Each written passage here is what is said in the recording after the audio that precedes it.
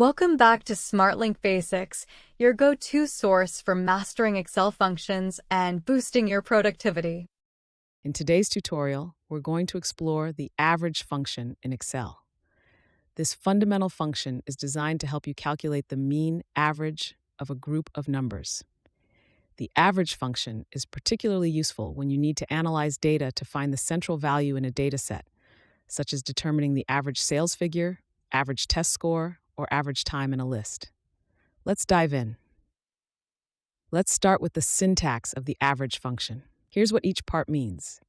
Number 1, this is the first number or range of numbers you want to include in the calculation.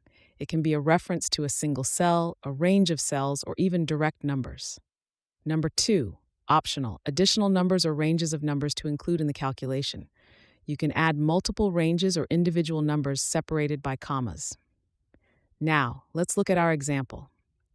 Suppose you have a list of sales figures in column A, and you want to find the average sales figure. In cells A1 to A5, you have sales figures like 500, 750, 300, 900, and 650. In cell B1, we'll enter our average formula. Start by typing equals average. Next, we need to specify the range of numbers we want to calculate. Since the sales figures are in cells A1 to A5, we simply type A1, A5.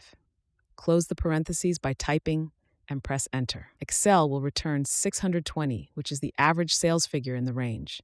The complete formula in cell B1 is displayed on the screen. And there you have it. We've successfully used the average function to find the mean value of a list of sales figures.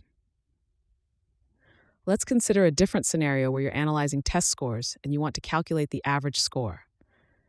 In cells C1 to C7, you have test scores like 85, 90, 78, 92, 88, 76, and 94.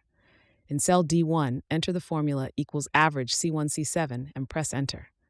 Excel will return 86.14, which is the average test score. The average function is incredibly versatile and can be used in various scenarios.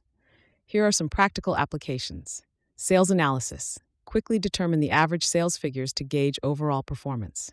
Performance tracking. Use average to find the mean score, time, or value in performance data, helping you identify trends. Budgeting. Calculate the average expense in a list to better understand your spending habits. That's it for today's tutorial on the average function in Excel. We hope this tutorial helps you master Excel. Please subscribe to our YouTube channel, SmartLink Basics, for more tutorials and tips.